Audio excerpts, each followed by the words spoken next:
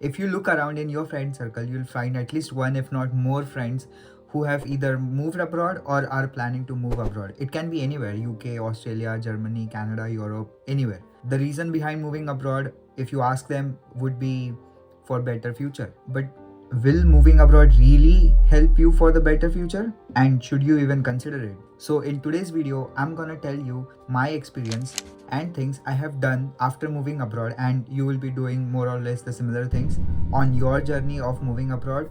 And I hope after watching this video, you'll be able to decide whether you should take that leap of faith or not. By the way, if you're new here, I'm Tanmay, a full-time data analyst and a part-time YouTuber living in Ireland. I'll divide this into few sections: education, lifestyle, shocks, it can be cultural shocks, weather shocks, managing time and finances, job hunt, as well as loneliness. That's important as well. So stick around and let's dive in.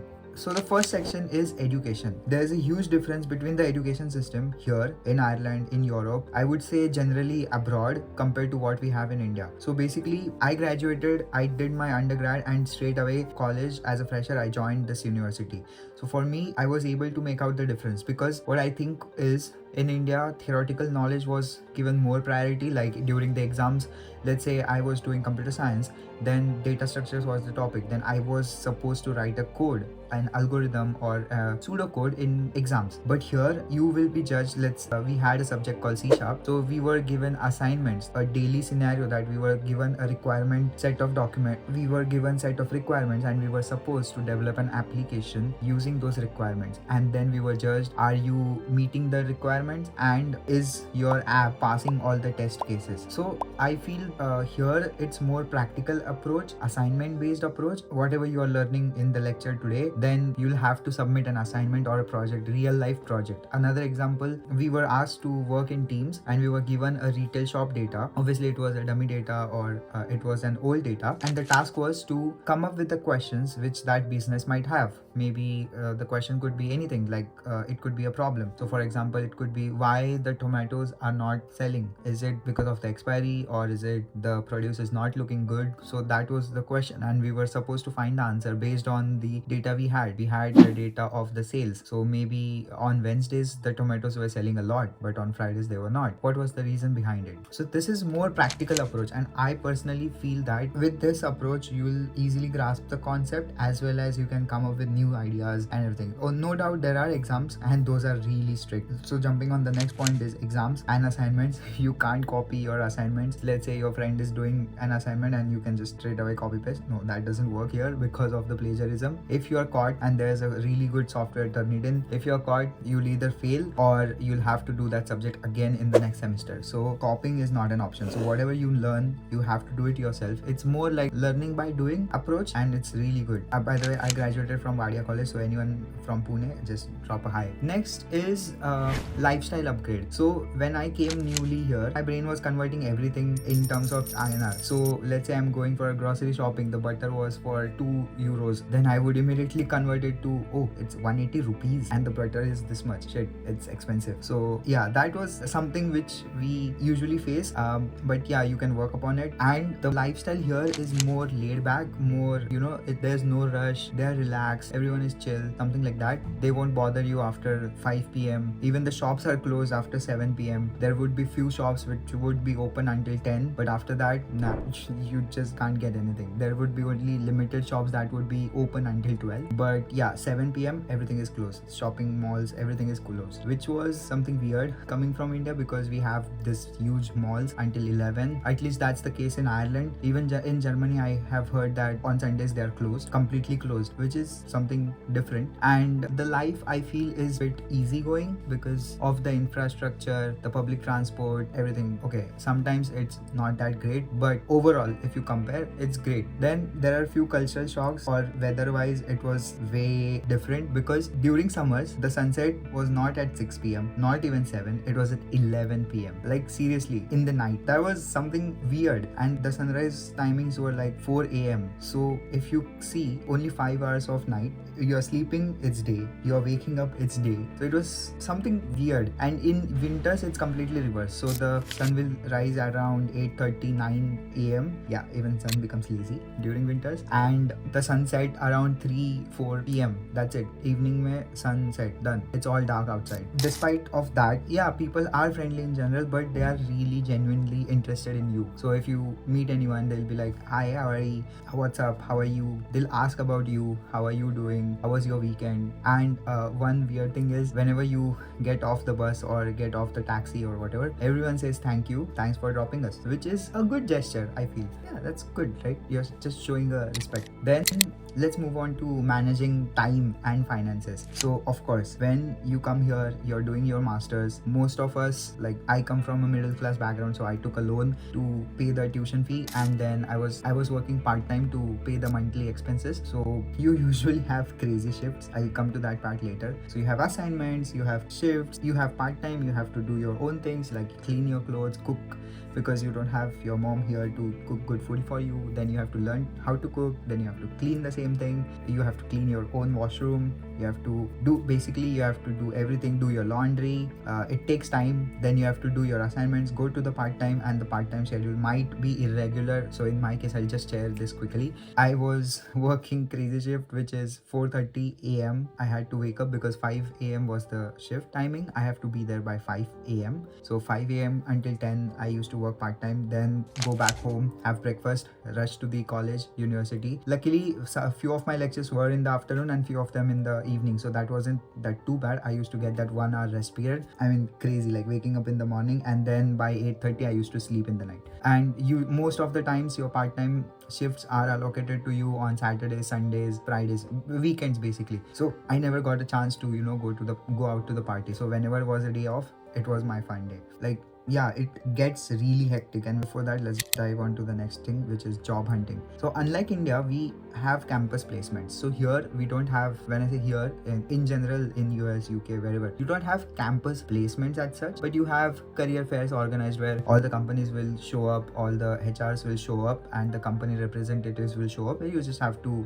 like network with them, tell them that you're pursuing whatever course, give them the email, and then contact, and then you eventually get a job. Yes, I got mine similarly. So the way you get the job is through these career fairs, or you have to put in your efforts to build your LinkedIn profile, build your network, go to networking events. Maybe there's a hackathon, datathon, whatever is happening. Go there, meet the HR, and follow up. Follow up is a very big thing. If you want to know about my journey, you can just check this video here. And it's not very easy. It takes a while. So long story short, it took me around 7 to 8 months, 7.5 roughly, to get a job, full-time job. And because I was getting rejected every single time, doing part-time, and I didn't had that motivation to work towards it. And there was a certain point where I was feeling so low. I was crying, literally crying. I called my dad and I was like, yeah, I want to come back home because this is getting really hectic. I'm not getting any job, getting rejected left, right, center. Please, can I come back? And he said, yeah, sure. But anyways, I kept trying and I got the job right after the call. If you want to know that story, it's here. Just check it out. And you even with that, you have the visa pressure as well. Like you get 1+2. So 1 year is your masters, and then you get +2, which is a stay back period. So you have that pressure that, oh, you need to get a sponsorship. You need to get a good job so that you won't be, you don't have to leave the country. Because if you are not able to secure a sponsorship, there might be some extension available, but after that you have to just leave. And someone who has taken a loan, which is around 25-30 lakhs, I would assume. So it gets really difficult to pay it off in that 1 year or 2 years time span with all the pressure. And of course the loan pressure is different as well. So you are getting rejected in your job, you're doing part-time, you're submitting assignment, you have that loan pressure. And yeah, so this is the whole experience. It's not very easy. When you see someone posting travel pictures happy, that's the only time he is happy. After that he has to come back, do his chores. I'm not saying that he won't be happy at his home. He is happy, but he has to do his responsibility. For example, I wake up, do the breakfast, clean dishes, you have to cook for yourself, everything. Let's move on to the most underrated topic, I feel, is loneliness. Because in India, you always have your childhood friends, or you have your school friends, college friends, university friends, or work colleagues. But here, right away, when you are in the new country, you don't have that friend circle, and it takes time to build that up. So sometimes you might feel homesick or lonely because of the weather as well. Especially I'm talking about Ireland, Galway west side, because it literally rains a lot. It literally rains 365 days, I would say. I'm exaggerating, but almost most of the days, and it's cloudy, it's dark, it's gray outside. You don't feel like doing anything. There's no sunlight. You see, like they say, you need to have sunlight so you feel happy, but usually it's dark, and during winters it gets crazy. And then if you don't have friends, it sometimes get to you that you're just so many things you're dealing with. So at least you should have someone whom you can sit down and talk to. You have your parents, you have friends in India, but the time zone difference, it's sometimes very hard to get hold of them. But so yeah, it gets